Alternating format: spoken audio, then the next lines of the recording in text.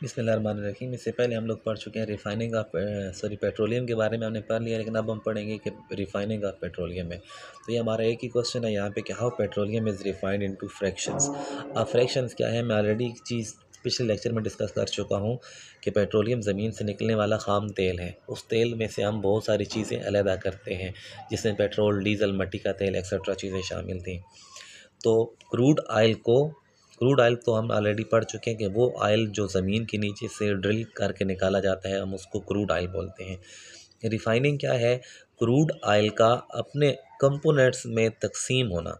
Crude oil से उसके जितने भी कंपोनेंट्स हैं उनको फ्रैक्शंस की शक्ल में, फ्रैक्शन इसलिए कह रहा हूँ कि अगर उसमें 200 कंपाउंड है ना, लेट्स सपोज, तो हम उसके एक एक कंपोनेंट को अलहदा नहीं करते, हम उसके ग्रुप बना लेते हैं। लेट्स सपोज 20 कंपाउंड्स का एक फ्रैक्शन है, अगला हो सकता है 30 कंपाउंड्स का एक फ्रैक्शन हो।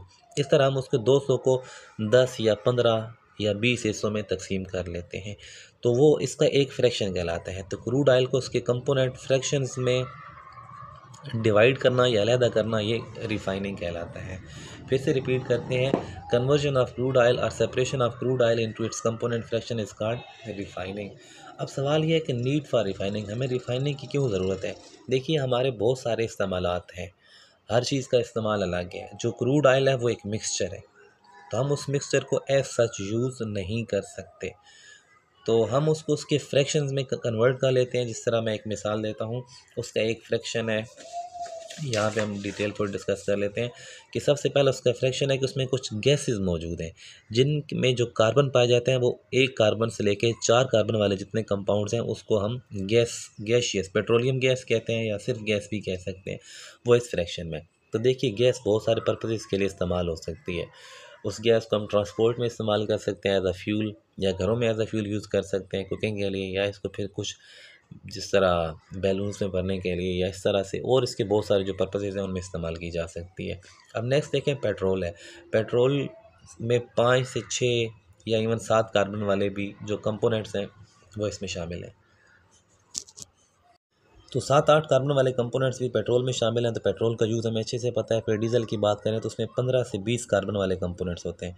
पेट्रोल वोलेटाइल है, जल्दी उड़ जाता है, लेकिन डीजल नहीं उड़ता। हमें पता है कि पेट्रोल के इंजन अलग हैं, डीजल के इंजन अलग हैं, दोनों अलग अलग इस्तेमाल है उनका, उनकी एफिशिएंसी अलग है। फिर है लुब्रिकेटिंग फ्रैक्शंस। लुब्रिकेटिंग फ्रैक्शंस का मतलब है जिस तरह हम इंजन ऑयल यूज़ करते हैं, इसको इतनी आसानी से आग नहीं लगती। मैं इधर ही एक चीज़ बात डिस्कस कर देता हूँ कि इनमें फ़र्क किस चीज़ का होता है। हम ठीक है अलग तो कर रहे हैं, लेकिन तमाम चीज़ों का mostly as a fuel use कर रहे हैं।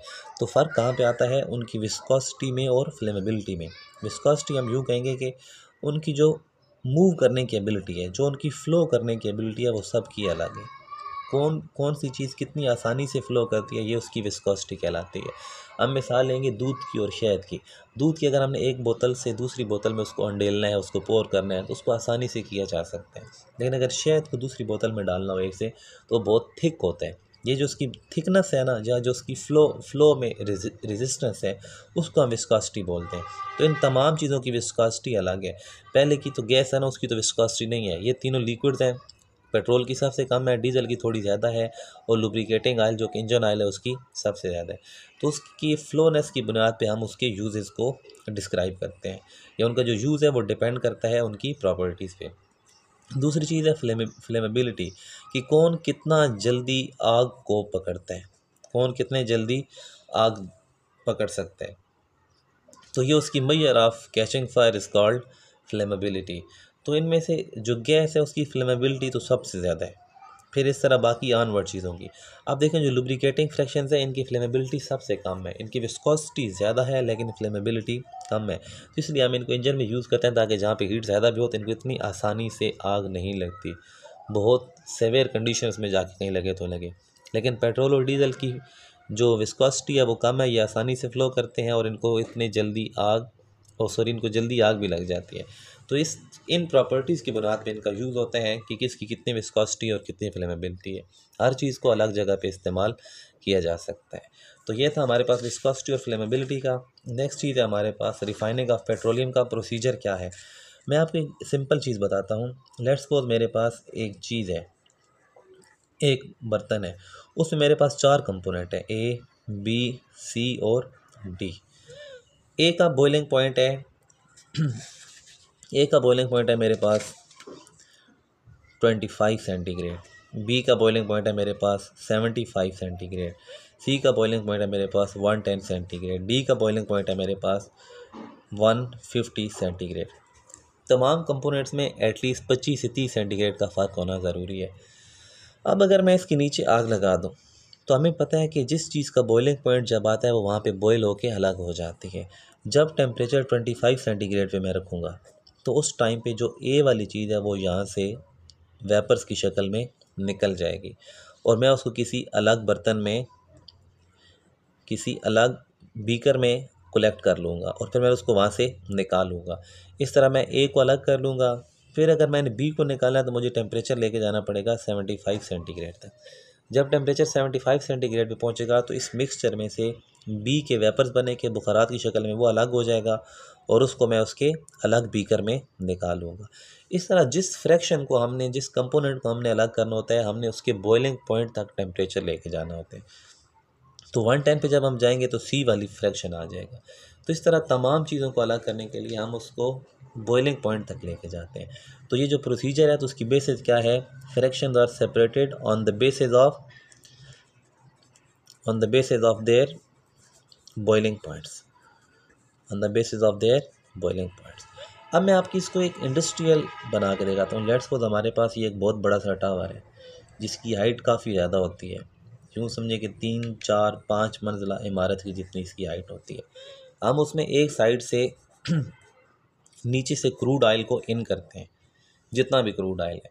अब हम इसमें ना नीचे यूँ समझे कि हीटिंग सिस्टम लगा होता है कि जो इसको हीट अप करता है, इसका टेम्परेचर बढ़ाता है। ये जितने भी इसके फ्रैक्शंस हैं, हर किसी फ्रैक्शन का टेम्परेचर अलग है।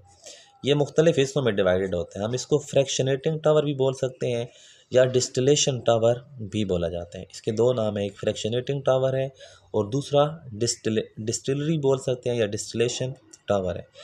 तो इसके जितने भी फ्रैक्शंस हैं, जिस फ्रैक्शन का बॉइलिंग पॉइंट सबसे कम होगा, जिस तरह हमने यहाँ पे एक जिक्र किया था C1 to 4, इसका तो बॉइलिंग पॉइंट 0 से भी बिलो होता है ना, माइनस में होता है। तो गैसेस तो खुद ब खुद सबसे ऊपर चली जाती हैं। तो ये जो सबसे ऊपर फ्रैक्शन है वहाँ पे गैस कलेक्ट होगी। उसके बाद जो दूसरे नंबर वाला हमारा फ्रैक्शन है पेट्रोल, जिसमें 5 से 6 कार्बन पाए जाते हैं। फिर उसकी बारी है, वो दूसरे नंबर पे होता है क्योंकि इसका बॉइलिंग पॉइंट तकरीबन 15 से 20 सेंटीग्रेड के लगभग होता है। तो जिसका जितना बॉइलिंग पॉइंट कम है वो इतना ऊपर पाया जाएगा। अब मैं मिसाल देता हूँ ये लुब्रिकेटिंग फ्रैक्शंस की, जिनका बॉइलिंग पॉइंट हंड्रेड्स में होता है, कहीं 200 सेंटीग्रेड पे या उससे भी ज़्यादा टेम्परेचर जाएगा तब जाके ये चीज़ें बॉयल होती हैं। तो वो इधर कहीं सेंटर में होंगे क्योंकि इनके मैंने अभी सिर्फ 4 फ्रैक्शंस लिखे हैं, इसके 10 के करीब फ्रैक्शंस हैं या उससे भी ज़्यादा। तो जिस चीज़ को आपने जितना सेपरेट करना है, जितने फ्रैक्शंस में चाहते हैं आप उसको उतने फ्रैक्शंस में सेपरेट आउट कर सकते हैं। तो ये एक डिस्टिलेशन टावर था जिसमें हम चीज़ों को उनके फ्रैक्शंस के अकॉर्डिंग डिवाइड किया जा सकता है। तो ये था इसकी बेसिक प्रोसीजर कि हम पेट्रोलियम की रिफाइनिंग कैसे करते हैं। तो ये बेसिक्स मैंने इसमें डिस्कस कर दी हैं। For any query you may comment in comment section. Thank you so much.